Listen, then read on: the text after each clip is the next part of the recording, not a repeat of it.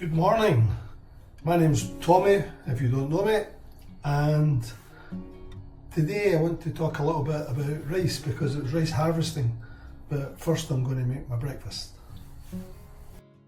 And although I'm not so keen on rice dishes, not that I don't like them, I'm just trying not to eat too much carbs.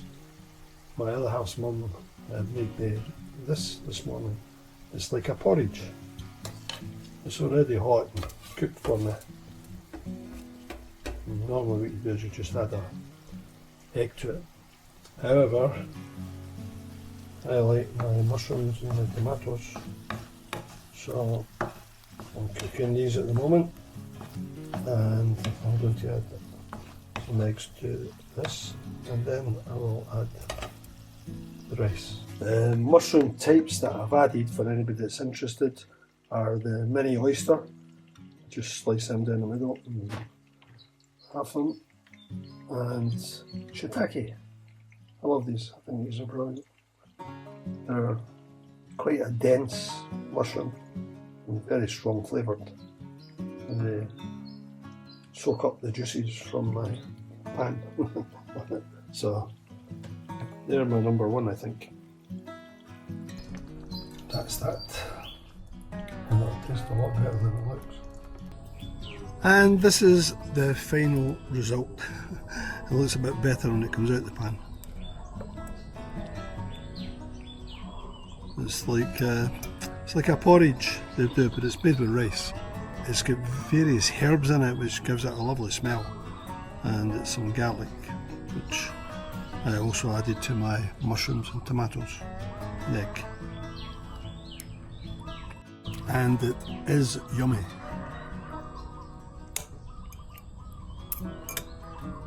Well, it's only 7:05 now, so the sun's not quite up yet. Sun rises at 6 o'clock, but that's sunrise. By the time it gets through the trees to here, then probably about 20 minutes, and it becomes very bright and hot.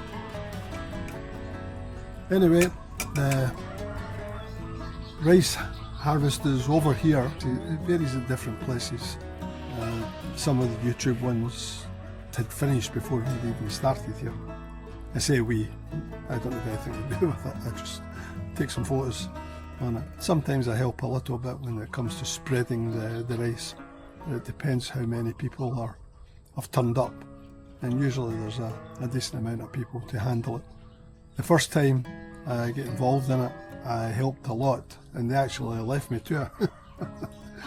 But the rice, when it's getting spread out and it's still in its little husks, there's little hairs in it, and I don't know if I'm allergic to it, but the locals are there in their bare feet.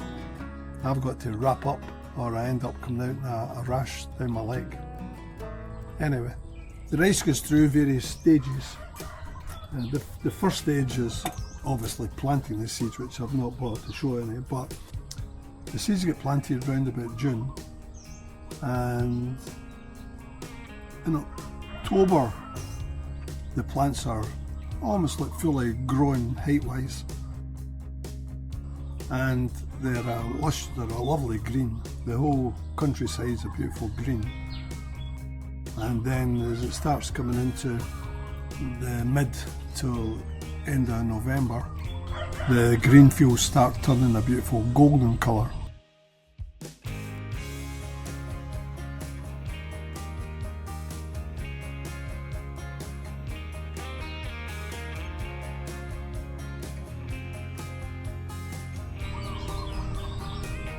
You can see the seeds that start to develop, but obviously that's not the rice is inside these. For here, they actually started doing it on night time after dark, and the reason for that was it's been quite a wet season, and they wanted to just get as much done as they could, because this particular area has been getting a little bit more rainfall than it's due at this time of year, so they wanted to make sure they could get everything up and dried off before any more rains came. The first lot that came off in the night shift get laid out in my garden for spreading and drying, and that will get bagged. Some will get sold at a later date. Some will go to the house for food for this time, right up until this time next year, and enough will be kept for seed for next year's rice crop.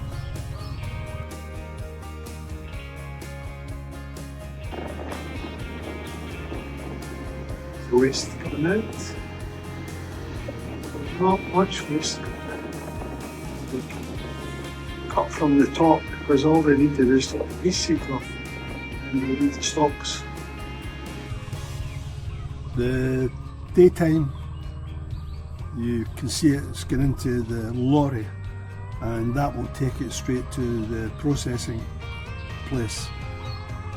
There they'll weigh it, inspect it, and give it a value based on what they find. When they get it there, the rice is still classed as wet. It's not been dried out, so for them they have to take it to a drying area to get it dried very quickly, because if you don't dry the rice quickly, it goes off and spoils. So this is one of the reasons that everything starts in a kind of hurry. It's got to be done to a quite strict time scale.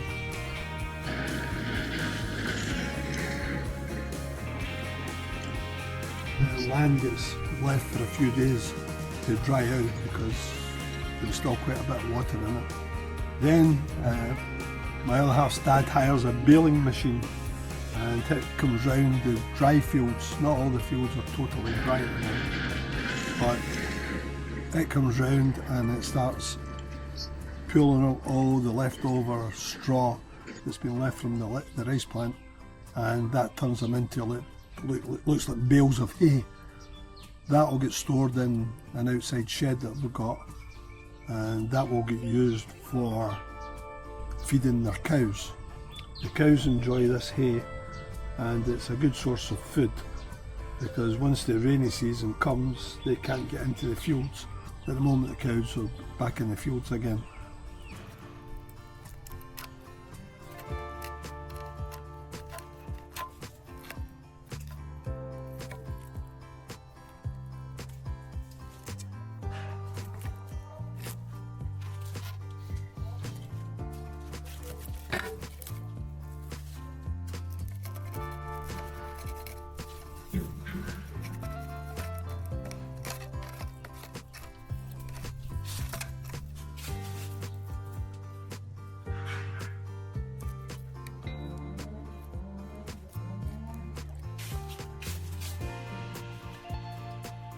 It's part of the job is to remove the husk, but it goes to a machine.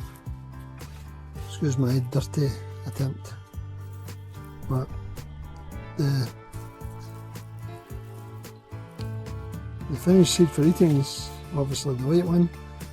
The husk, the bags of seed that are getting kept for eating, will get sent to a place that's got a machine that separates the husk from the rice, and then it gets shipped back to the owner, back to the house for food and stored for food.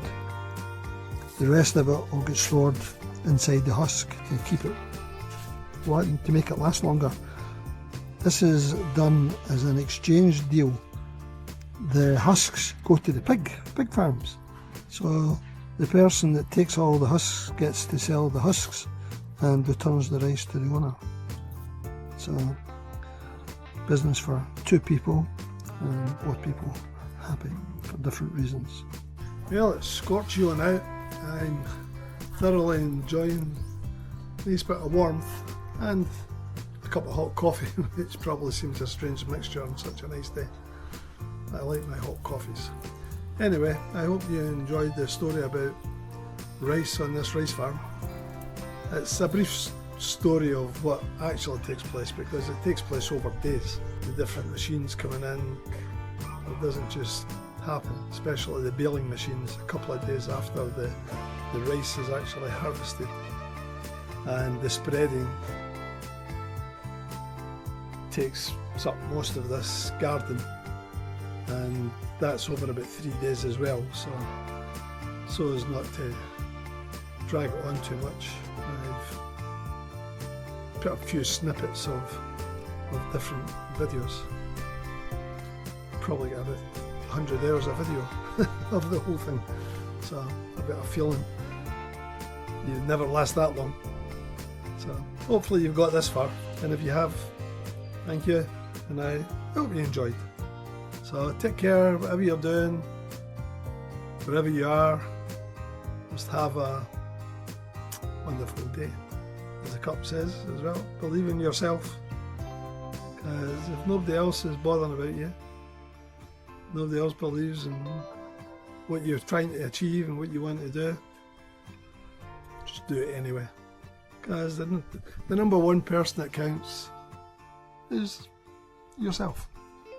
Anyway, thanks for watching.